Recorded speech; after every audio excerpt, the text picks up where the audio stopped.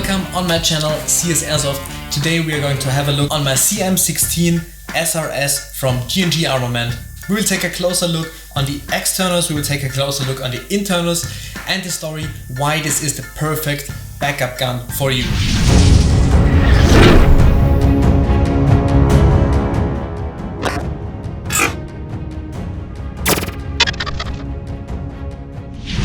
Okay, I think we should start with some basic information about this gun. I personally use this gun for years now, and I take this gun to every single airsoft event as my backup gun because this gun worked without any problems. And I think this is the cheapest airsoft rifle I have in my collection, and it's the gun which made the lowest problems, because this gun never made any problems.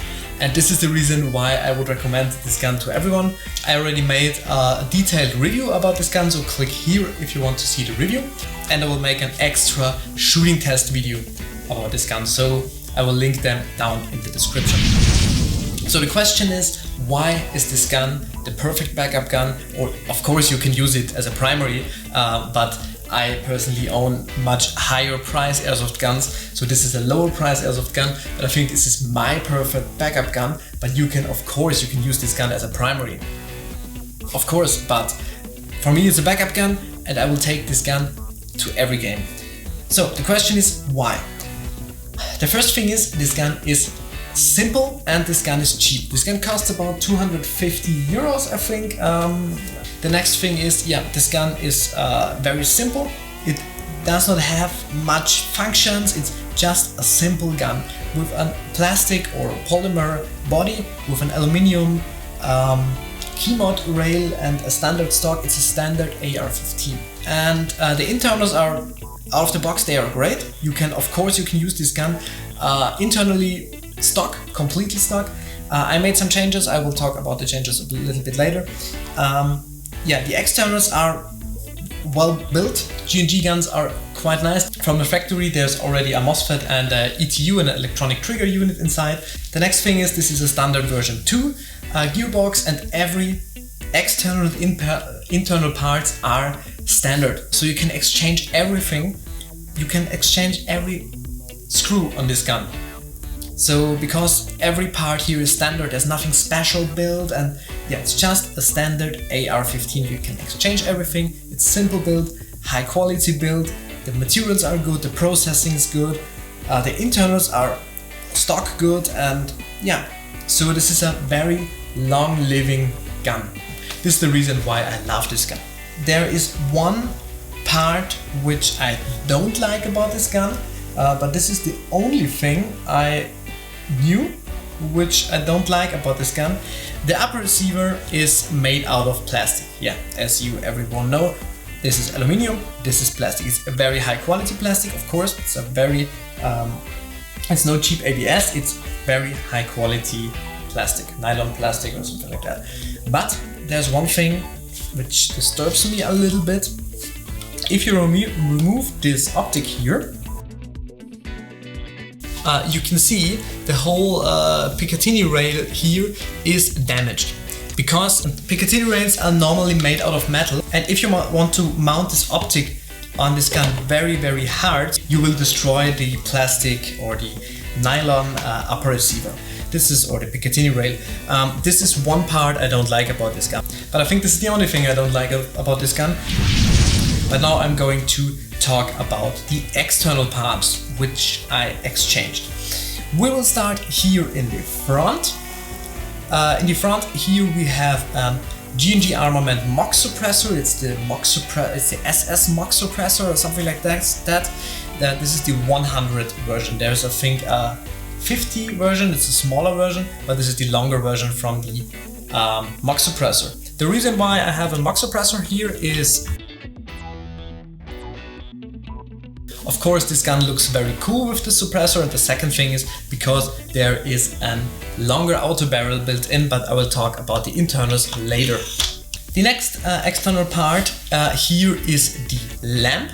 You can see this lamp works properly because I'm from Austria, I'm not from Germany. In Germany, you are not allowed to use lamps on your airsoft gun. So here is a very cool lamp on my G&G SRS.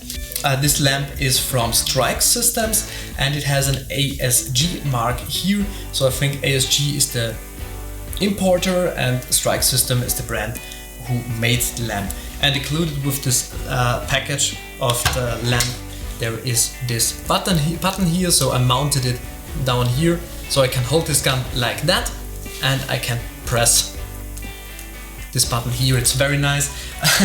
Honestly, I have to say I never used the light on the field in a game, but I think it looks pretty cool and yeah, it's fun to play with this light, you know. Next thing is here is an angled foregrip. This is made out of metal and I think this is from the brand Metal. I know I bought this from AirsoftZone.at, but I'm not sure what's the brand is. This thing is made out of metal. It's for Keymod system here. On the other side there are some rail panels.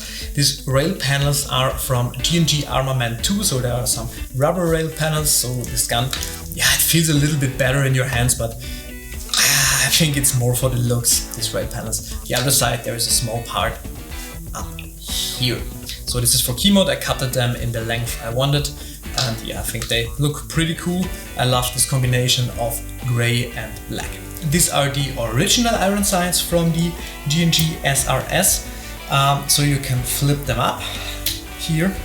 The cool thing is you can use these iron sights if the battery of my red dot is low or is completely empty. You can use these iron sights, watch through the red dot and through the iron sights. So I don't have to remove this red dot. And I can use the iron sights. They look pretty cool, so this is the reason why I attached them. Let's be honest. Yeah. Next thing I really like about this gun is the optic here. This is a standard AIM-O T1. It's just a pretty simple T1. You can pull here and the optic is on and off. There is a green and a red dot. It's just a simple dot, and I attached a kill flash in front. The lens here is protected from BB hits, and I think this is pretty important because yeah, this thing costs 60 euros and if someone shoots it, it's completely destroyed. So this is the reason why I use kill flashes, funny word. Another cool feature are these parts here. To adjust the sight you can unscrew them, and on the back side you see these small little horns or small little dots, and on the optic you can see these two holes too. So you can adjust the optic with this cover. You can put it in here to adjust the optic. I think this is a pretty cool feature. So you don't need a screwdriver or something like that. You can use just these caps. I think it's a pretty cool feature. And the next thing is you can dismount the optic very fast. You only have to pull here and you can switch it to the side, and now you can dismount the optic. Last part is the stock here. I just glued Velcro on it. If I use this gun and I shoulder it like that and I shoot, you can see Cosmo here, so everyone knows, which watches me from the right side, hey, yeah, this is Cosmo, and I think this looks pretty cool. Let's talk about the internals. I don't exchange many parts because I think the internals of these guns are already great, but I made some small changes and I think they increased the accuracy and the range and the effective range. It's very important, the effective range of this gun a little bit.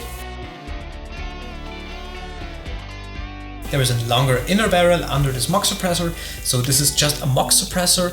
It don't has any noise cancelling function. It's just a metal aluminum thing. That's it. So you can see this is a steel barrel. This one was a normal aluminum inner barrel, so this is a steel one. But please, I don't know from which brand this barrel is. The only thing I can say, this barrel is about 300 millimeters long, but I really don't know from which brand this barrel is. I found it at home and I built it in and I thought, hey, with this MOX suppressor, it fits perfectly, so I will take it. And the shooting and the performance results were pretty good. So yeah, I really don't know which barrel this is. Let's talk about the hop-up and the hop-up unit. As you can see, inside there is another hop-up unit, not the normal G&G one. I used a max hop-up unit. I think every one of you knows this pretty expensive, well-built CNC processed hop-up unit. It's pretty well built, a rotary style. The other one was no rotary one, and I used a Prometheus purple bucking. So this is the combination I use here in this gun, and I think for me it works fine. Next thing, I'm not sure if you are able to see it. I think you can see it in the window a little bit. It's this shiny gold stuff in the hop-up unit window. This is the nozzle. I exchanged the nozzle. I don't know why, but G&G, it could be changed now, but the older G&G cheaper series, there is no O-ring built in the nozzle. So the nozzle is always a part where a little bit air is leaking while you're shooting, because the nozzle is not 100% perfect and there's no O-ring on it. I built in another G&G nozzle. The nozzle I built in is from my G&G SR25. There is another project, I will link it here.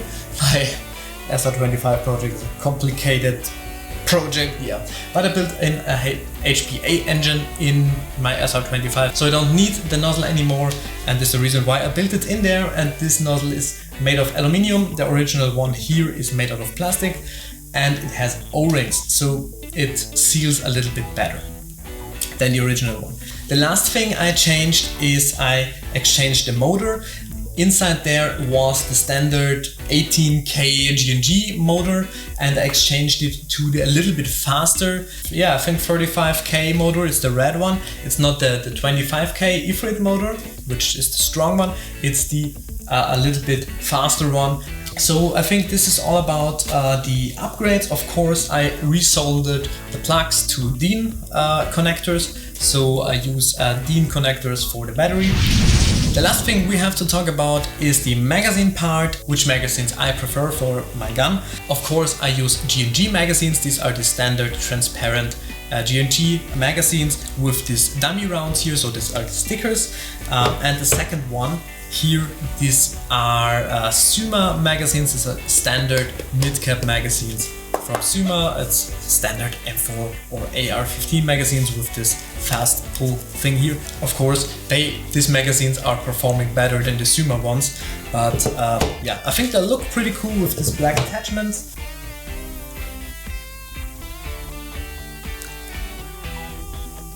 Okay, and I will exchange the magazine to the G&G one, and this is how this gun looks with the G&G magazine. I think it looks cool too.